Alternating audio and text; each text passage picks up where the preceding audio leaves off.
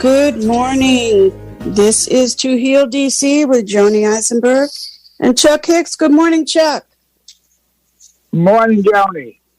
Glad you're here with us as we are going to be talking about a very important and actually a positive story about gun violence. We're going to be focusing today on community gun violence prevention in DC. And actually, we're going to be sharing some good news from the front lines of some very esteemed and wonderful advocates, shining a light on what's worked in the past. We may call that Sankofa, and then reimagining the future. And we're going to be spending the hour with two fabulous guests who some of you know, of course. And we need to get that applause button someday so we can really emphasize how much we appreciate Tyrone Parker, who has a great story. So his life actually could be put into a very powerful movie, but we're going to be focusing today on his work for the past 30 years or more in the being a co-founder of the Alliance for Concerned Men. Tyrone recently so-called retired, but he remains on the front lines, of course. And he's going to be sharing some of his insights and positive spin on what's happening. We are also thrilled to have a new guest for us, and that is Tia Bell. Tia Bell is a young lady, a young woman, native Washingtonian, who's created quite a important new organization called Trigger. And I'm going to ask them to introduce themselves quickly in a moment. And then later in the hour, we're going to be talking briefly to Terrence Staley, who has taken over the reins of the Alliance for Concerned Men. And he will be speaking to us as he goes into the White House for a special meeting with Biden. I wanted to say, too, that I'm very excited to be talking about some positive developments with the issue of gun violence in Washington, D.C. We've been talking about this issue actually for 30 years. Tyrone was on with us way back in the beginning in the 90s. And me being a public health person, we've been talking about violence as a public health issue and a public health crisis for many decades. So I am pleased to see that we're actually taking some steps forward, as you'll hear throughout the hour.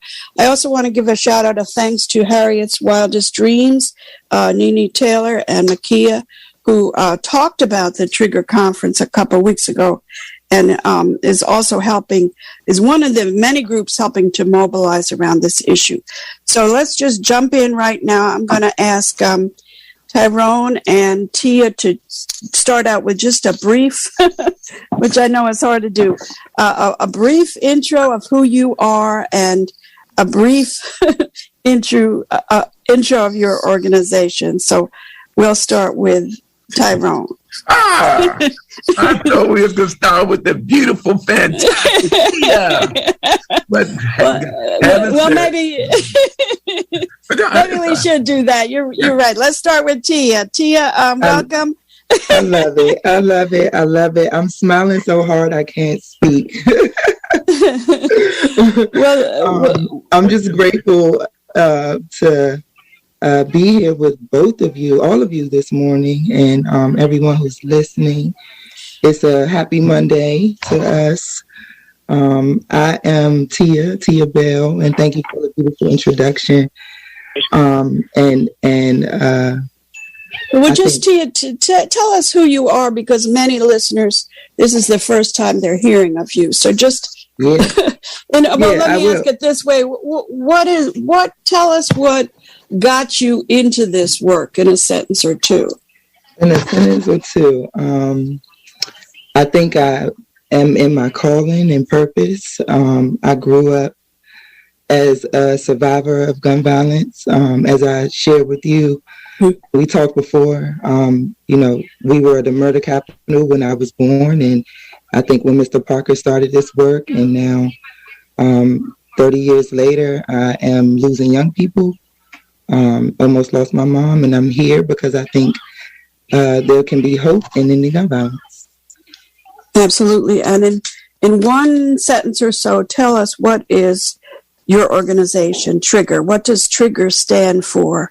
And in one sentence, what do you? Yeah, my bad. I'm not good at that. Trigger is True Reasons I Grabbed the Gun Evolved from Risk. True Reasons I Grabbed the Gun Evolved from Risk. You embody the voice of the voiceless, the victim, and the shooter. And in a few minutes, you're going to have more time to share about your very powerful conference that just happened. It was just about maybe 2 weeks ago, very recently, a wonderful conference. Tyrone! Hey! I love it. Tell those listeners who do not know who the great Tyrone Parker is. Joan, you've always been so kind to me, and Chuck always supported us from the bottom to the top of the spirit. One of the things that you made mention in regards to Tina Bell, and the public and this particular audience not knowing it, but anybody that's been on the front line and out there with boots on the ground knows the work of Tina Bell.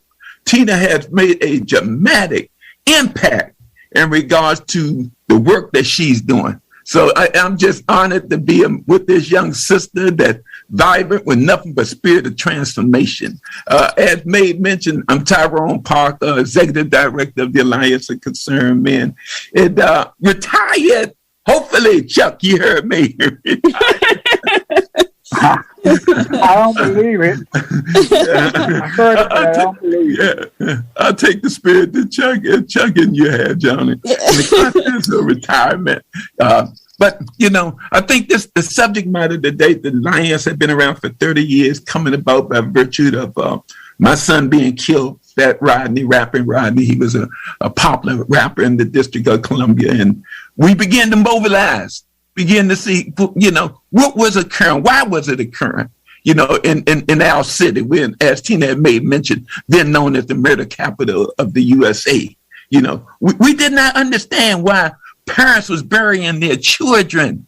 This was not the traditional way of what was occurring, and with us as a people, us burying our children. Then we had to find out why it was happening. So it took a reasonable time for us to be able to move the equation of why and what was happening. But after we did, God blessed us to be able to have come together as the Alliance of Concerned Men. 5 men from the District of Columbia that had very interesting life backgrounds came together. 1 jail, 1 married, 1 service, 1 government worker, 1 just in the streets. But when we saw what was occurring, we all came together to do the work that we still remain as the Alliance of Concerned Men. Absolutely. And listeners, as you may be able to tell, we actually need at least 2 or 3, 4 hours to really get into these issues. But we're going to do it today. This will be our first show. Hopefully we will be doing more shows. But now both Tyrone and Tia, you're going to have 10 minutes to talk about what's working, what you're hopeful about, and so some of the top priorities you want the listeners to hear. But before we move on to that, Tyrone, just tell us, we're going to be hearing from Terrence Daly at 10:30. He'll only be on for a few minutes as he gets ready to meet with Biden together with some other folks. But tell us who Terrence is.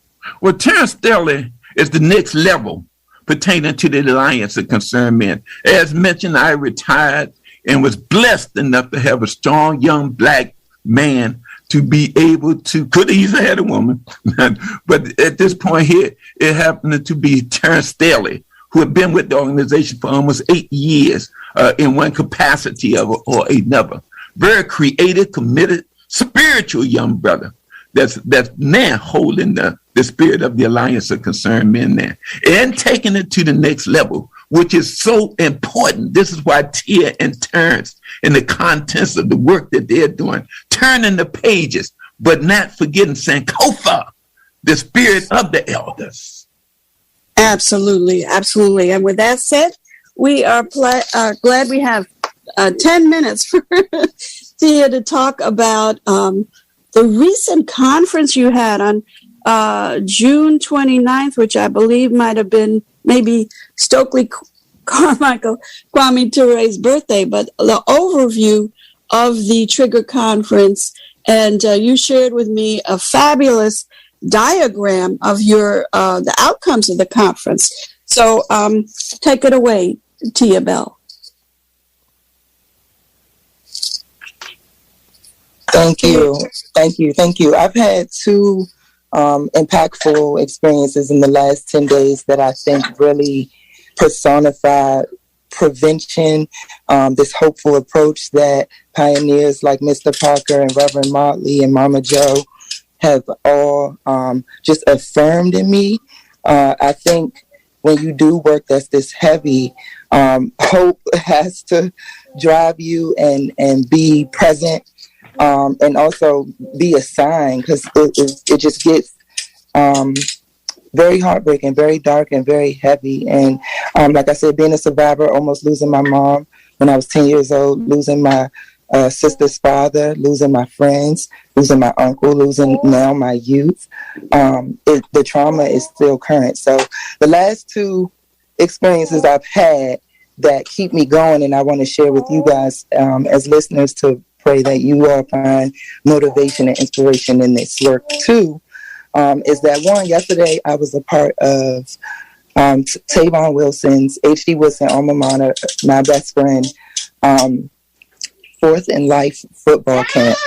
Don't do that, Mommy. Don't do that. Give me 1 second, okay? Give me 1 second. I was a part of this football youth summit, actually. It was a Life Youth Summit. And I got to share with them my story, a little bit of what I share with you all. But I got to hear from them. And we played a game where we used the gym, and I'm with like 100 8 to 11-year-olds. Okay, so picture that. They're ready for football. They're in this gym with me. I'm 6'4". They have no idea who I am. I'm just talking about gun violence is a disease, and they're with me though, and because they're all impacted by it. And so I asked them to stand on one side of the gym and to move if they feel like their community doesn't support them. And when I tell you, not one single Black young man or two young ladies represented there moved. Everyone felt like their community stands for them and supports them and is present for them. But there were also things I asked them, like if they feel unsafe where they live and there was movement, or if they feel like it's difficult to concentrate or focus and there was movement. If they feel stressed often, everybody moved. So there are, what I was asking them and questioning them with was intention, and those were risk factors to the perpetration or victimization of youth violence. And so we treat gun violence as a disease. When I mentioned earlier that TRIGGER stands for True Reasons I Grabbed the Gun, Evolved from Risk, there are risk factors that are just a part of who we are when we wake up as a young Black child in D.C. And I was exposed to almost 28 out of the 31 risk factors. And they all include, just having low economic opportunity, low pro-social activity, diminished in gentrification, low community participation, exposure to violence. It's just all these things we don't even know that are in our daily lives that we're exposed to. And so I'm bringing awareness to it. And we did it in a fun way. And they grew. And they were with me, and we healed, and we learned, and we were vulnerable. And then the second impactful experience of prevention.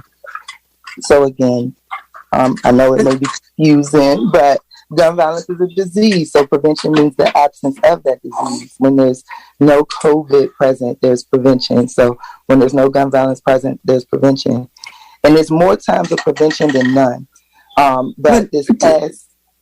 Yes. I'm sorry, Tia. I'm excited to have you talk about this your Trigger conference because, again, I've been listening, and I've just recently retired from the DC Department of Health, where we spent countless years in task forces and meetings talking about gun violence as and as a public health issue, but we never really implemented and really identified a plan.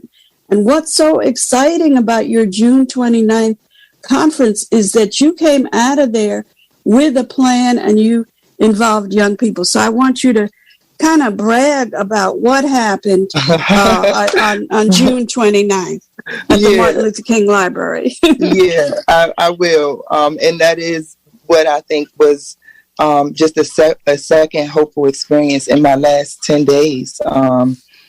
And we worked as a team. I want to really shout out Sober Living Project, Boat Yoga, Peaceful DC, Parent Watch, Harriet's Dream, and Serve Your City. All of them made this possible because there was no budget, there weren't any resources, but we pulled together, I think, a great representation of the entire city. We had political leaders, we had on the floor, boots on the ground leaders, we had youth, we had survivors, and really this year for the second annual End Gun Violence Conference, we amplified women and youth voice. And so we had some breakout sessions that we turned into a visual, which turned out to be a plan of prevention. And so if you want to see this plan, and I'll read a little bit that's on it, but if you want to see this plan, you can go to our Facebook or Instagram page at the Trigger Project DC. We're at the Trigger Project on Twitter, and the plan is present. But it was just really beautiful to have our breakout first that revolved around prevention, intervention, healing, treatment, and then economic development. We had about 200 people at Martin Luther King breakout and just discussed things that they thought were helpful to their topic or not helpful. And so we talked about the need for us to really coordinate, but the conference was a representation of us coordinating. So we're doing the work.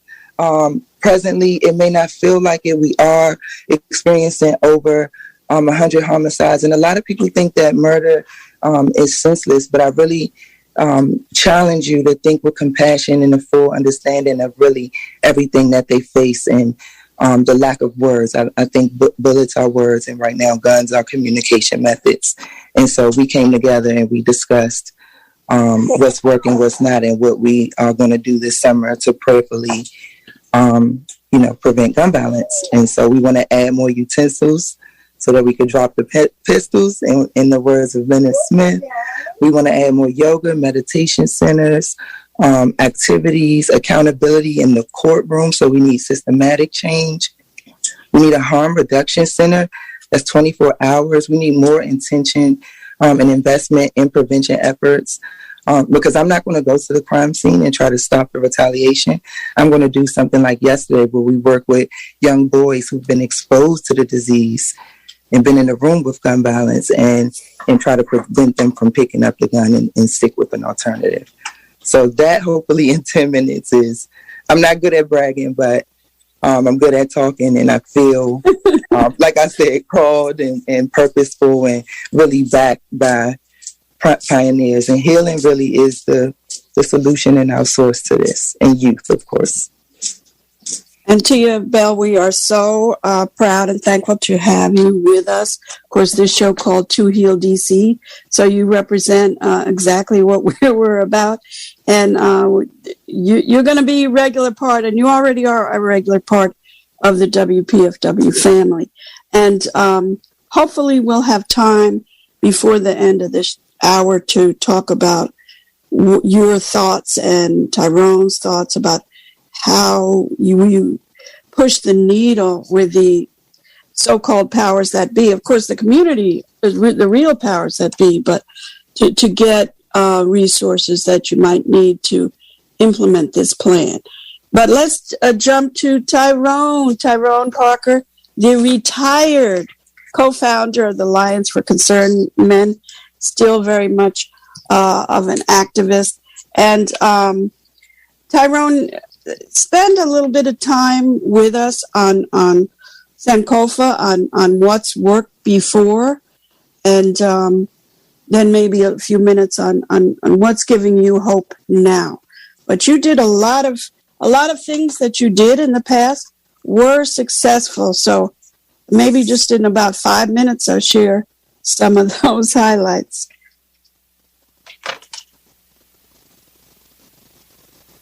Tyrone, you there with us? You got to unmute yourself. Okay. What I was on the verge of saying, and I commend Tia again, for the vision and the spirit and the determination to pick the banner up, and understand the spirit of Sankofa and the contents of her ancestors and the elders, and to basically be able to build and bridge. I'm a thorough believer in the concept of youth, young old unity through hearing.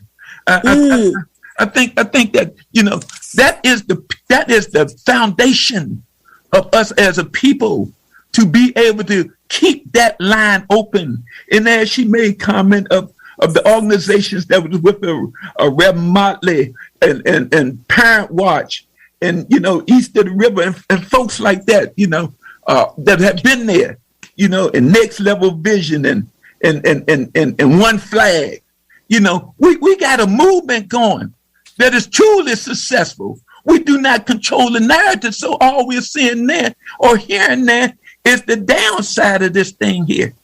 But as we begin to hear and to see new concepts on how to perform further surgery, deep surgery, into our community, is what's going to really turn this ocean liner all the way around. As I look back at, what occurred in the past, and it's no more than what's occurring there to some degree, because my perspective is that, the faces may be new, but the needs are still the same. And as Tia began to process the things that was basically occurring within that particular conference that she was a part of, it only took me to the work that need to be done, that had been done in regards to what we did in Bennett Terrace. And I think Bennett Terrace and as well as 640 Park Morton was two of the most greatest interventions that we have performed as a community. And when we went into Bennett Terrace, which was considered Simple City, the most dangerous place in the District of Columbia, Southeast Public Housing area, we went in there with Black men, key factor, Spirit of God, primary factor, and we had a toolkit that was a deep toolkit that we had with us. We were able to be in this community, give these young brothers jobs, give them mentoring programs, support them, and stay right there with them to process it all the way through in that environment.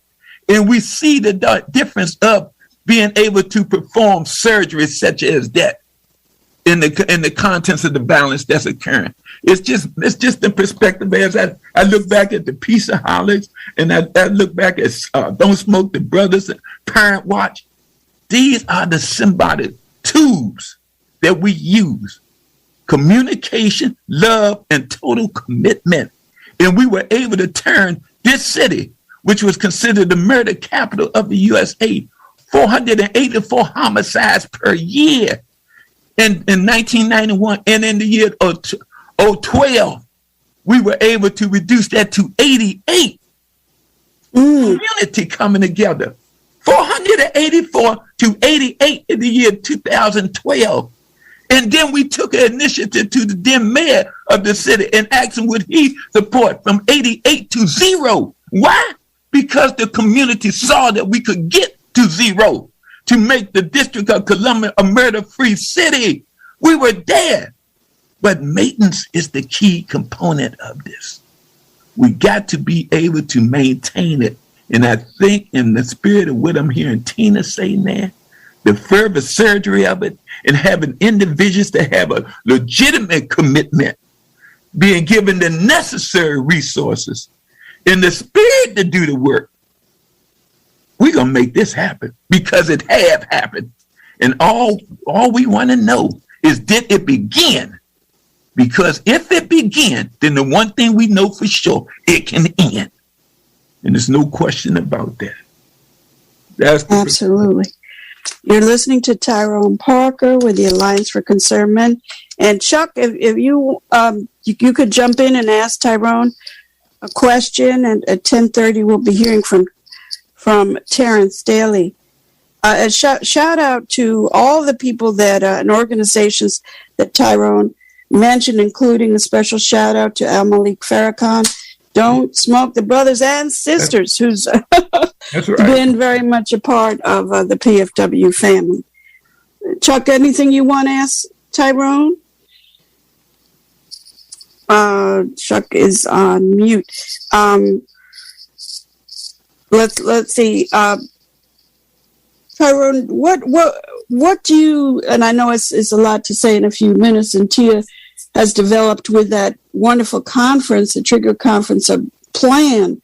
How do you see, changing that plan into reality in terms of support needed from the city? And that's a big question, I know. But it's a large question, but I think we're making movement towards the solutions or beginning to resolve these type of conversations. I think DC Peace Corps that's been created now, I think that's just a monumental step in the right direction.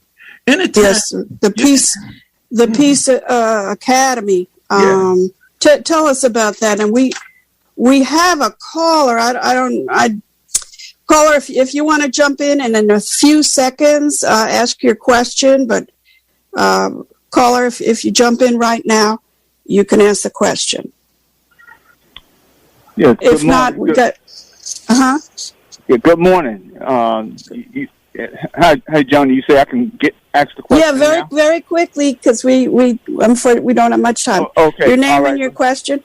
Yeah, this is Reverend Motley over here in the southeast side.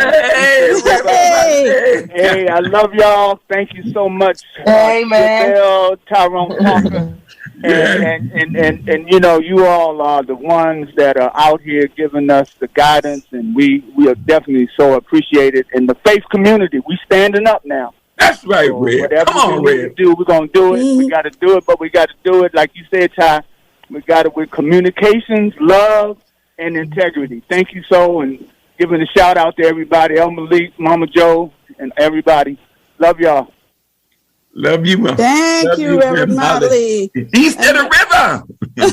Police community collapse. And Mama Joe, is that Mama Joe Patterson? Is that who you all talking about? Or Yeah. Yes, Mama Joe Patterson. Johnny. And they tried to take East of the River away from us, but we said, no, we're not going to let you take that name, East of the River. We got it. That's right. That's right. And we kept it. So we're going to hopefully hear from Terrence Daly as he is about to go into the White House, I believe. But Tyrone, keep telling us about the Peace Academy. That's another good news. And again, we don't hear these good news stories. Tell us about who is LaShonia Thompson and Peace for DC and the Peace Academy. Yeah. LaShonia Thompson is the executive director of this profound movement, DC Peace Academy, that's coming together to be able to bring all of those individuals that are basically doing this work on the front line. And I think it's such a historical perspective because it has been challenging to get all of the individuals that's doing this work into one particular location and begin to share information and build from it and become a think tank. And as Reverend Motley say, we got to get the clergy community into this loop here because this thing cannot work without the Spirit of God.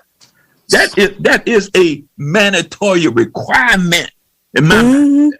Absolutely. But the DC Peace Academy is bringing together individuals from all different walks. And they're sitting down, they're being trained, they're learning from each other, building next steps together, and becoming the think tank and imagining what this city in regards to non-violence could look like, imagining it and formulating it and going forth with it and taking it with young folks. As Tia said, the spirit of Tia Bell, the concept of it is creating a safer community for us as a whole, for our children, our babies, those babies that's in the womb will have a safer and a better place to come because of the work that this sister's doing and like-minded young folks are doing.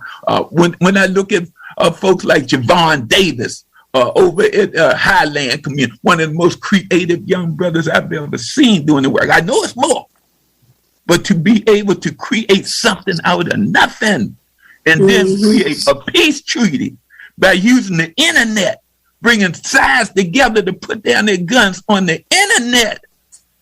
This is the blessings that we have as a community. But the DC Peace Academy has recently been formed, and it's just an exciting piece. You have Rachel over there from Moms Demand Action.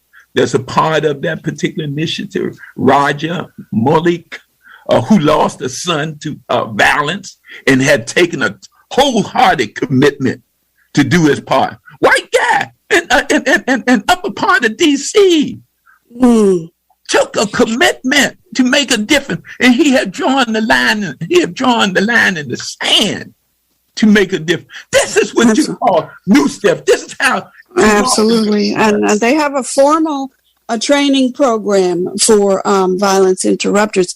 You're listening to WPFW 89.3 FM. To Heal DC with me, Joni, and with Chuck Hicks. We're speaking today about Hi, Chuck. We're speaking today about community gun violence prevention in DC. Good news from the front lines, shining a light on what's worked and reimagining the future. We hope to hear from Terrence Daly as he walks into the White House, but if not, I'm going to ask Tyrone to tell us. But go jump in, Johnny, Chuck. Yes. Can I ask one quick? Yeah. Sure. Tyrone and Tia, let me ask you two quick questions. And one is that, and I'm happy to hear of the many good things that have happened, because so often many people only hear of the bad kind of negative things that are happening over there. Mm-hmm. And my first question is, what is the biggest challenge in terms of making things work over there? And secondly, what role do you see the rest of the city playing in terms of supporting east of the river, Ward 8 and 7? What role should other people in other wards do besides just sitting back doing nothing? What role can we play? Chuck, I'm gonna let also ask Tia maybe let Tia jump in. But Chuck, I think, as you know, man, for us to be able to come together in one spirit, one love, and be able to leave the ego and the images out and understand that our house is on fire and we should not care about who's bringing us the water to put the fire out. Once we get past that and install the spirit of commitment in its entirety, we got the talent. God has given us more than enough, Chuck, and you know the road that you have laid down and that you have prayed, Chuck. All we got to do is be able to follow that type of commitment in the depths of it. We can turn this, we're going to turn it around.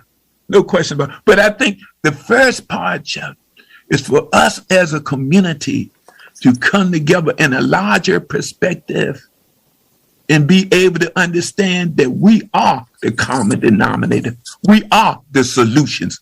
We cannot expect the solutions from nobody else but for us. Then after that, Tia, you want to take it from here? Yes, I would say the same thing.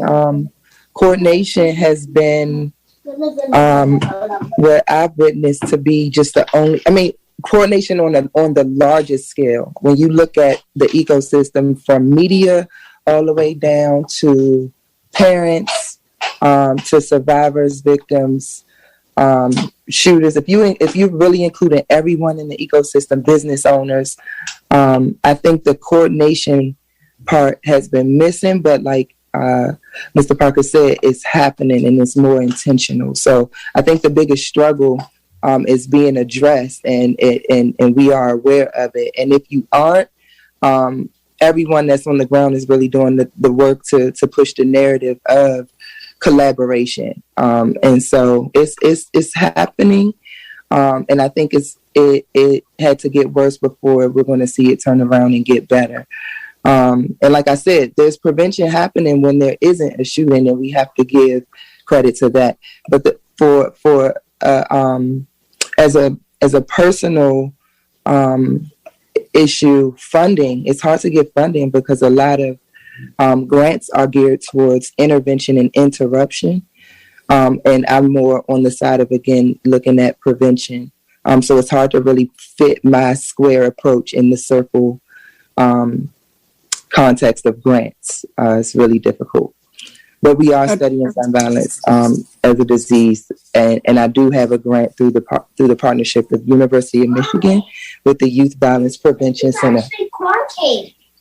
And youth violence, and Tia, let me just jump in and say I wasn't going to mention this, but we recently, the former director of the DC Department of Health, DC Health, retired last week, Dr. LaQuandra Nesbitt. Hopefully moving forward, there's an opportunity to really make sure and work with or pressure the mayor to hire a director that is committed to this work that you're doing. As violence is a public health issue, we need a health director that is prioritizing Ward 7 and 8. An injury to one is an injury to all. We can't separate the city. We can't separate this nation of ours. And if we move forward, it's going to help everybody. I want to just ask Tyrone, because it looks like Terrence may not be able to join us, but tell us and briefly, Tyrone, what the Alliance and has been doing with Biden. They have basically come to the table. They brought 53 different organizations from around the country to give technical support in the contents of showing how to write grants, how to deal with media, how to basically build collaborations, how to build a stronger infrastructure. That has primarily been their overall perspective at this point. And then they're going to take a next step after that and begin to build relationships with other organizations so that individuals can be able to apply for grant opportunities in a collective perspective. And I think that as Tia stated, her greatest challenges, as well as other organizations of that magnitude, is to get to the table and to be able to get, for lack of a better term, a piece of the pie so that they can be able to have the necessary resources to do the work. And I think as we begin to take a holistic look at this approach, and that everybody that's doing work is at the table, and that everybody should be able to get what they necessarily need in order to do the work. Chuck made mention of, asked the question, what can you all do? I think, Chuck, you all can do what you're doing, but also what Joni has stated when we first came on. Let's make more conversations of this on the media. Let's begin, as Tia said, let's mobilize the media. Let's mobilize things that we are doing and make it more holistic with a greater impact of the community so that all the people can buy in and understand what's occurring in our community in regards to the loss of lives unnecessarily. We don't have to lose our kids like we are losing them. It's a matter of us being able to have the right people to do the right work in the right communities to help to turn this thing around. I leave with this by saying this. The concept that you made mention of, that you all are looking to do more collaboration on a holistic perspective in regards to shows like this, and beat the drum until it wakes up everything in this city to make a difference.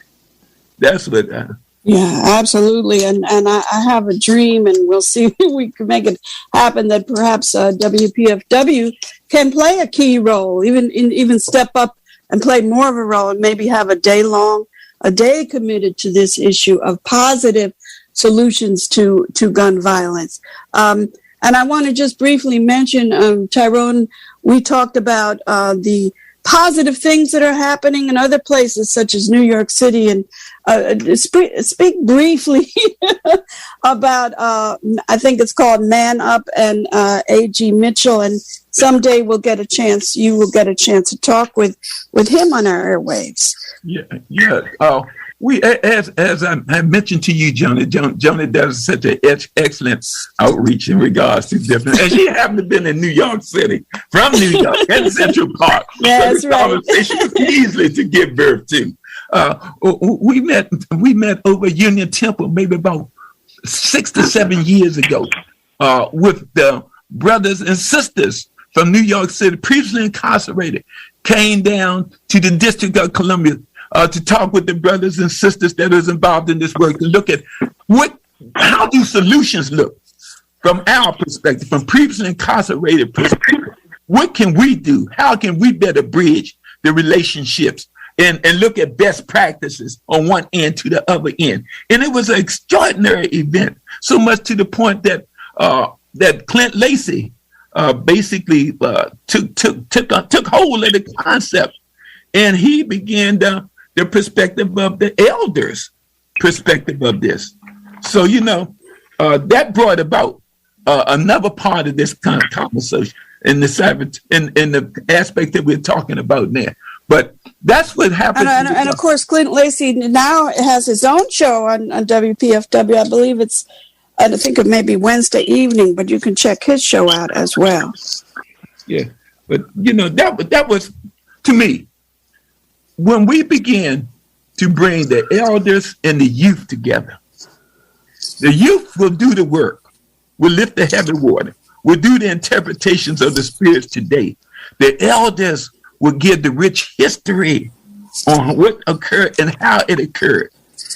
And with the combination of both of those, we will see a stronger community that will come together to make a difference. With the piece that we did then, we had 14 elders that was involved in the work for years, decades, within the District of Columbia.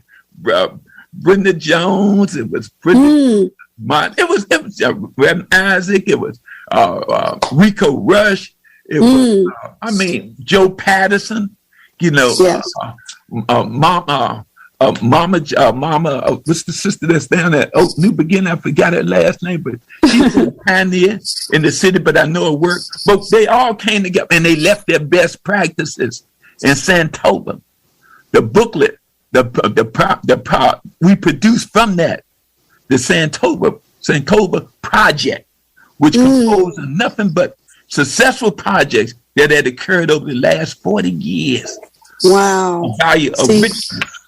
And that should be front page news. If we had a media committed to the people, we'd be hearing about that Sankofa booklet all the time. And Tyrone, just tell us again what you made up for the words youth. Young. The concept youth came from a brother by the name of Earl Robinson. He brought that idea to me some 25 years ago. See, that's another blessing that God have allowed for us folks like us, the elders, to be able to stay around, because there's a time and a place for all things. And he brought the idea.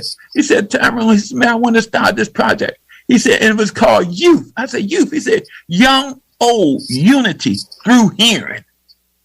It was just as pertinent then as it is now. Absolutely. You're listening to Tyrone Parker, one of our champions in the city and the world for stopping and preventing and supporting young people who are impacted, and all people impacted by gun violence. And Tia Bell, a beautiful shining star, native Washingtonian, who both Tyrone and Tia have been victims of gun violence in their families. We only have 5 minutes left. And Tia, what are some of your final thoughts? And again, this won't be the last time you're on with us, but what are some of the things maybe you're looking forward to in the rest of the summer, or anything you'd like to say as we're getting ready to close up? Yeah, well, I have to say, I just had my son in April, so I'm growing with him. Wow. My 4-year-old. Yeah. My 4-year-old as well, and that you guys have probably heard. And so I'm growing with them and also loving on young people in the community through summer youth employment. So every day I get to invest in our young people's minds, bodies, and spirits, and they expose them to just things I think they want to hear, and they ask me and request things, and I go hard to pull that for them too. And I just look forward to prevention spreading. You now know that gun violence is a disease. We all have a trigger finger. We all have a heart, and we have to understand that sometimes trauma and grief has changed, and circumstances and neglect and oppression have changed for some people, and they only know how to talk with a gun. But there is change and hope in that. And you now know. So follow us at the Trigger Project DC on all social media outlets, and thetriggerproject.org online to stay connected and spread awareness. And remind us again, what does Trigger stand for? Trigger is a project. It's meant to end, but it stands for True Reasons I Grabbed the Gun, Evolved from Risk, and you now embody the voice of the voiceless. Absolutely. And we want to wish Tia an early happy birthday. Hey! July 21st.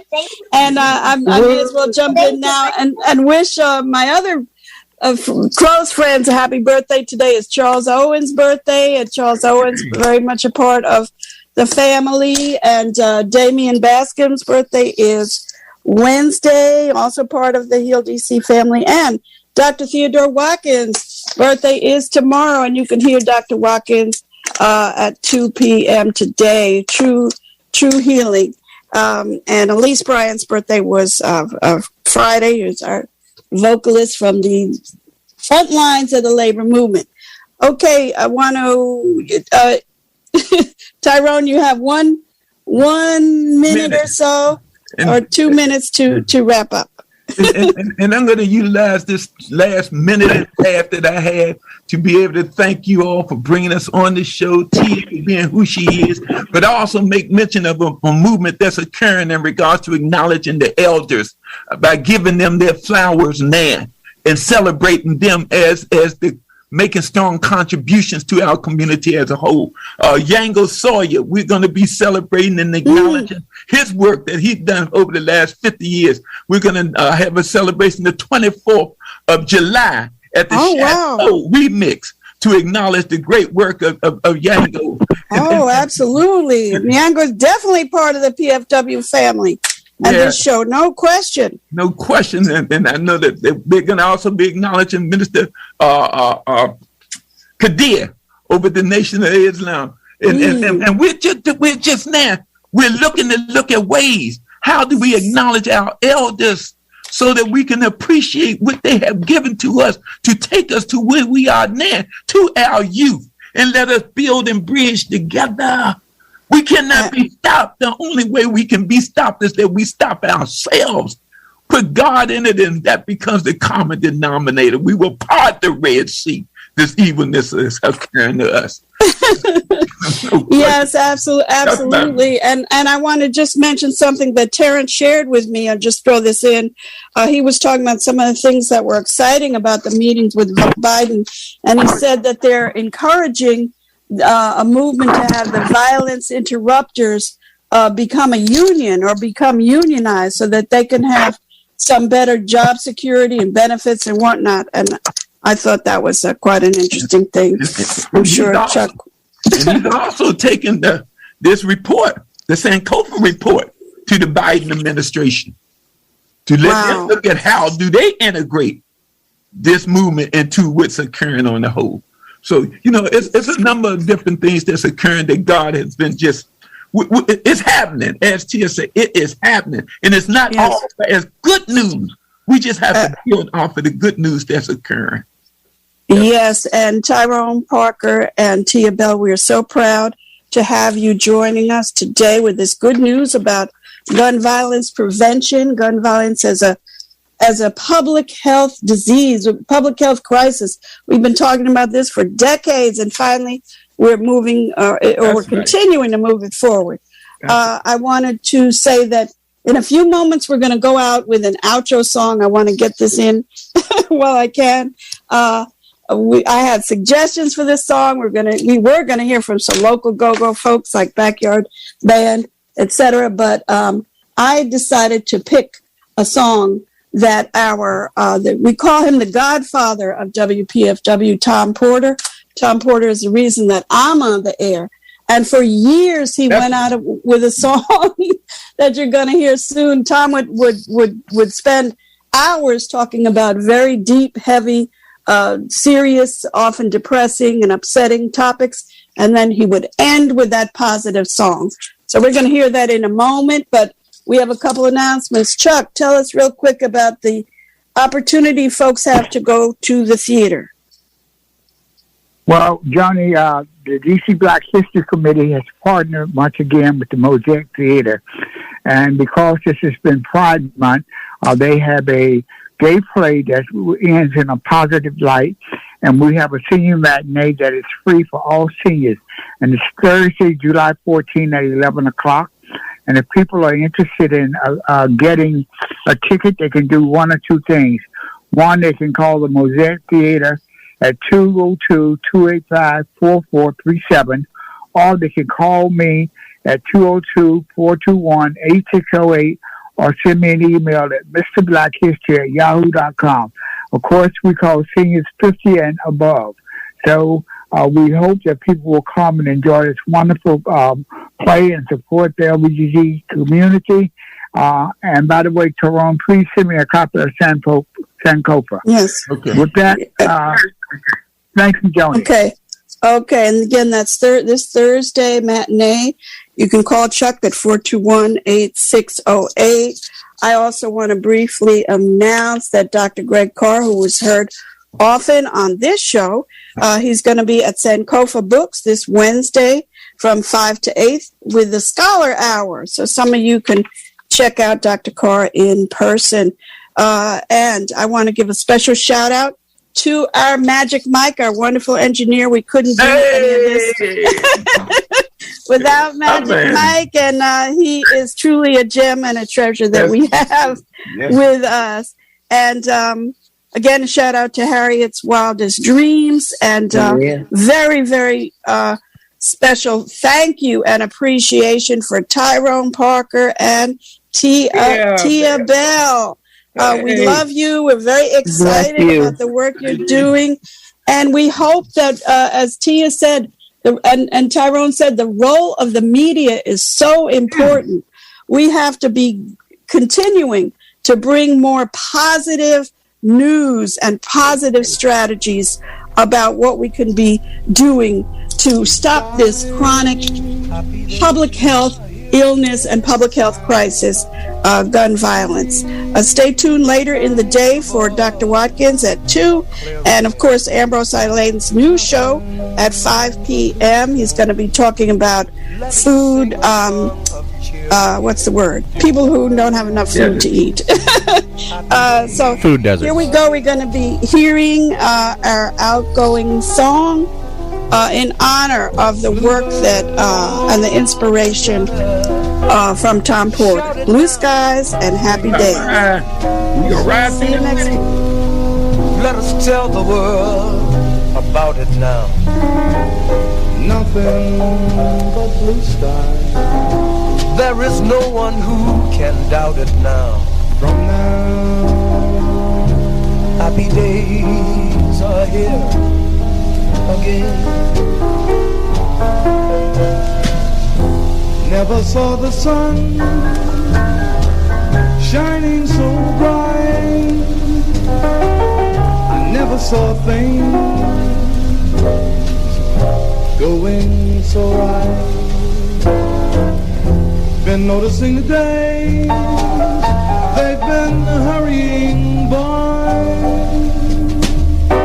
When you're in love, my, how they cry. Oh, it now. Oh, they're gone. Let us tell the world about it now. Nothing but blue skies. There is no one who can doubt it now. From now, happy days are here again.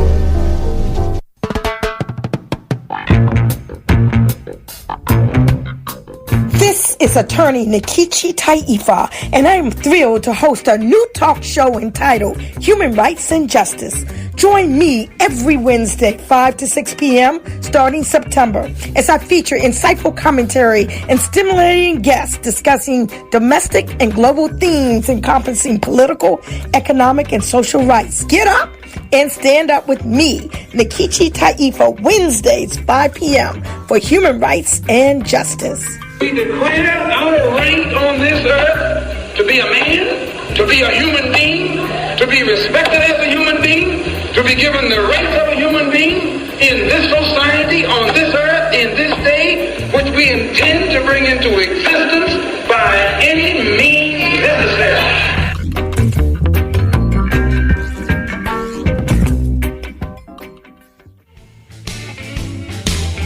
Calling all blues lovers. The WPFW Blues Day fundraiser is coming back, and we're coming back in a big way. Saturday, August 20th is the date, and Lamont's Entertainment Complex is once again the place. The gates will open at noon, and the showtime will run from 1 p.m. till 6 p.m. Performing will be Jim Bennett and the Unique Creation Band with special guests, Hardway Connection Band and Show, Mama Moon and the Rump Shakers, and Clarence the Blues Man Turner. DJ Ultramix will keep the blues pumping in between sets, and Dr. Nick will be the MC. Come meet and greet some of your favorite WPFW blues programmers. The tickets will be $35 per person and may be purchased the day of the show at the gate. Lamont's Entertainment Complex is located at 4400 Livingston Road in Pomonkey, Maryland. We look forward to seeing you August 20th at Lamont's. And don't forget the blues.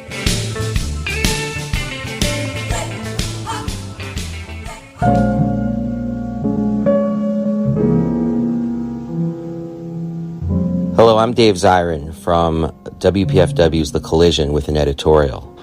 Brittany Griner, the women's basketball superstar, is currently in prison in Russia, facing 10 years behind bars, 5 years at hard labor for the alleged crime of bringing hashish oil into the country through Moscow airport.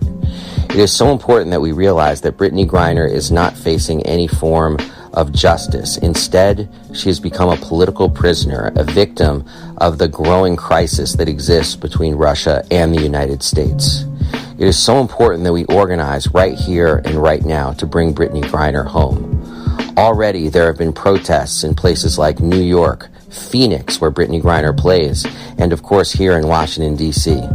Not so much to protest Russia to bring Brittany Griner home, but to protest our own government to make sure that they aren't ignoring Brittany Griner and ignoring the plight of her wife, Cheryl. Look, here are the facts. There are two wings of the sports movement right now. One wing loves Brittany Griner so much that they're starting to organize. They're starting to be heard. They're starting to get out there.